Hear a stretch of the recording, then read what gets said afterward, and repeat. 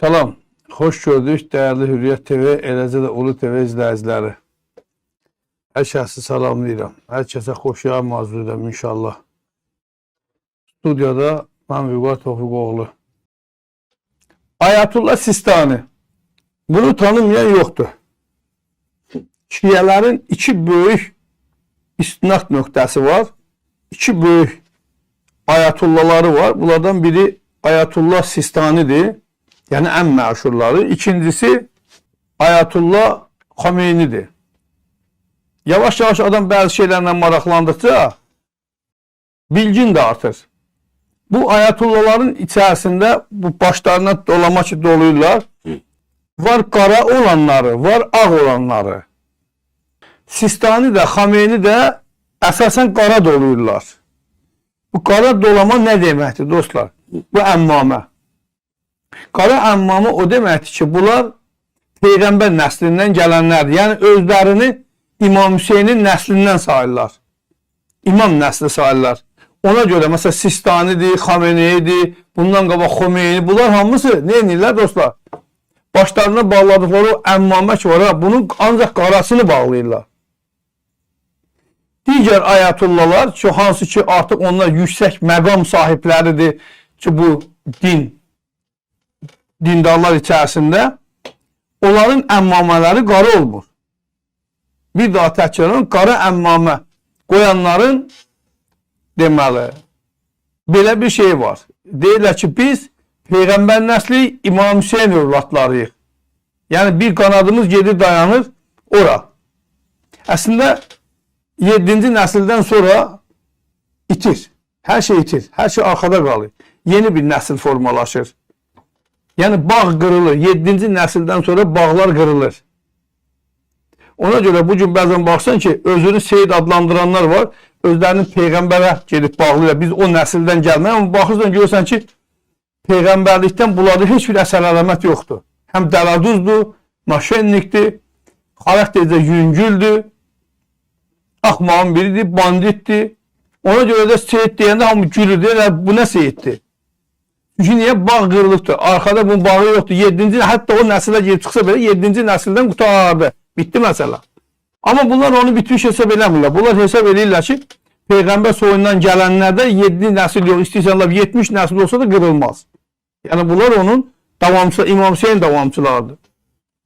Ayətullah Sistani də şiyələrin ən böyük liderlərindən biridir, ayətullahlarından biridir.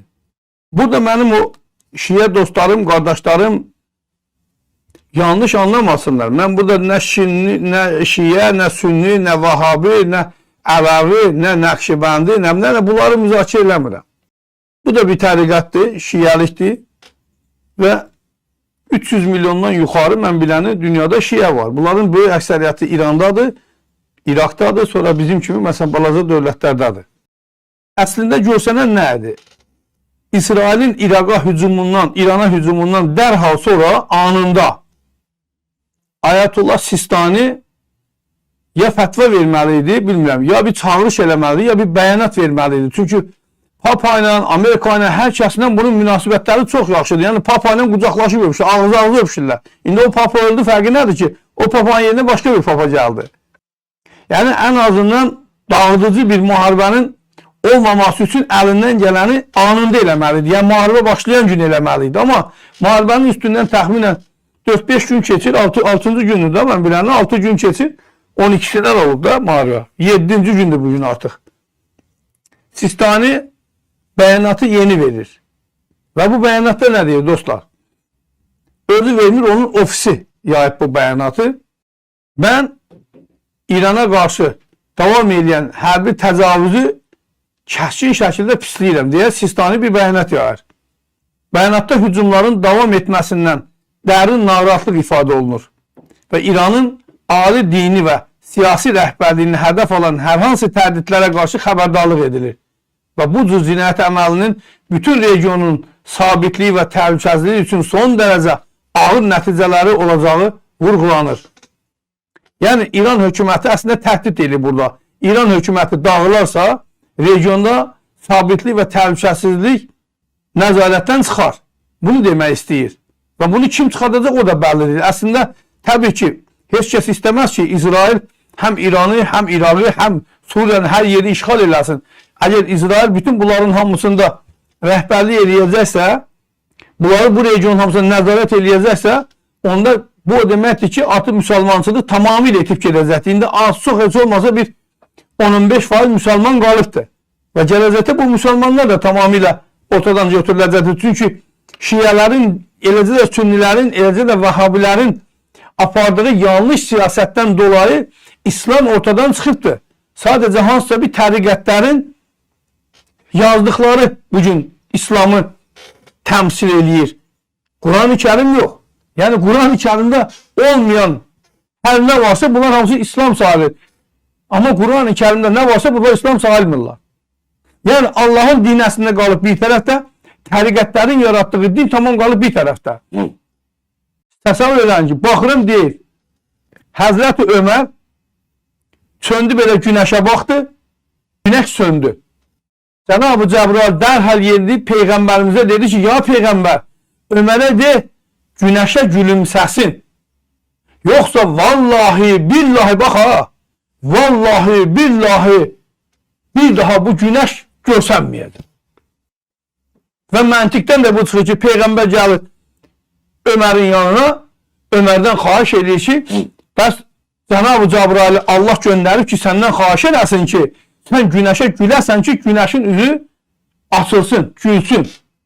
Yəni, bunlar İslam dinini bir cəfəngiyyata çeviriblər, bir nağıla çeviriblər, bir oyuncağa çeviriblər.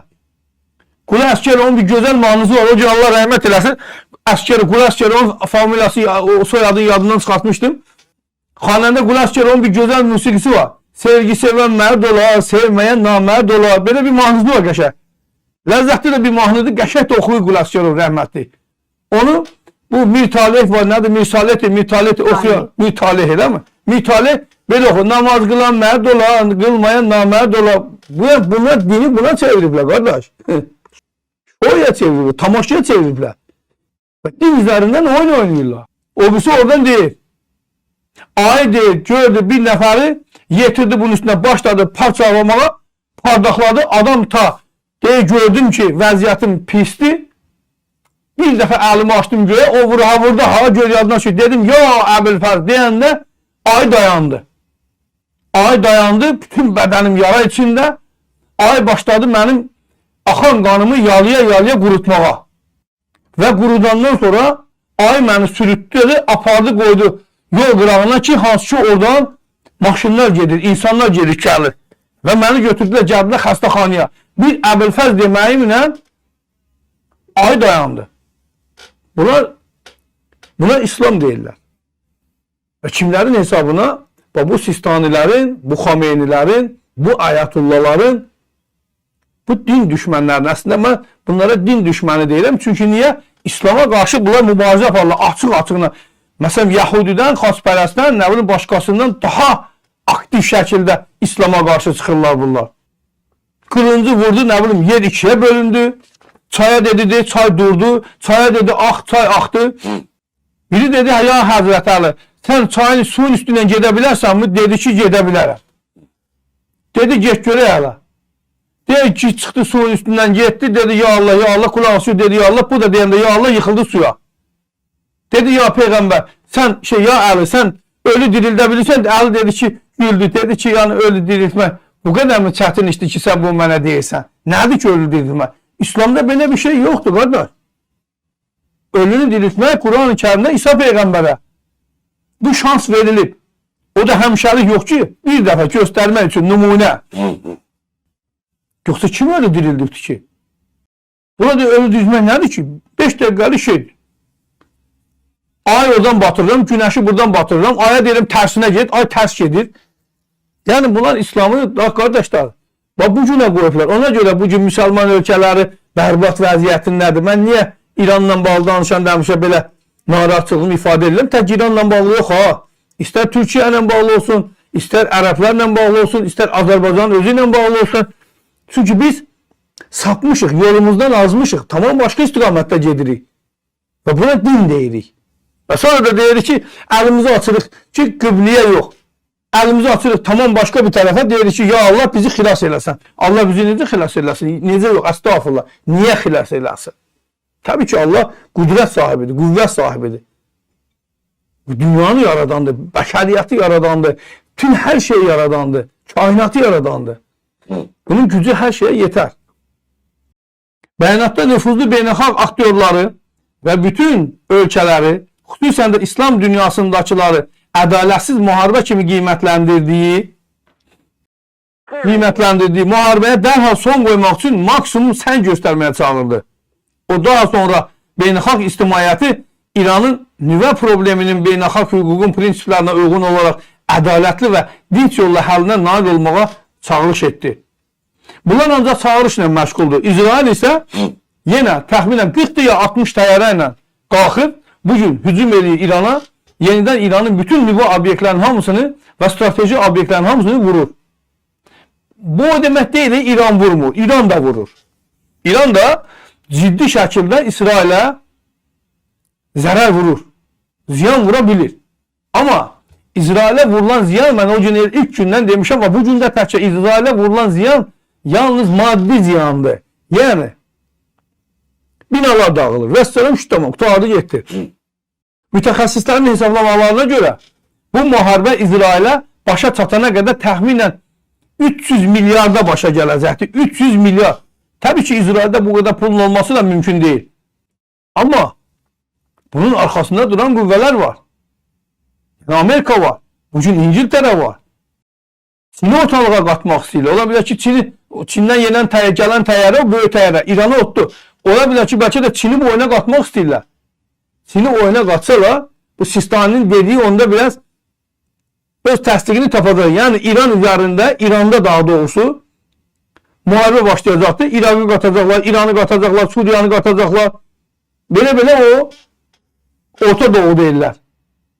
Orta Doğu projesi reallaşacaqdır. Yəni tam şəkildə müsəlman ölkələrinin mərkəzinə, nüvəsinə bu bomba atacaqlar, bununla da parçalayacaqlar. Çünki məqsəd İranı əslində uzun illərdir yetişdirməkdən məqsəd odur.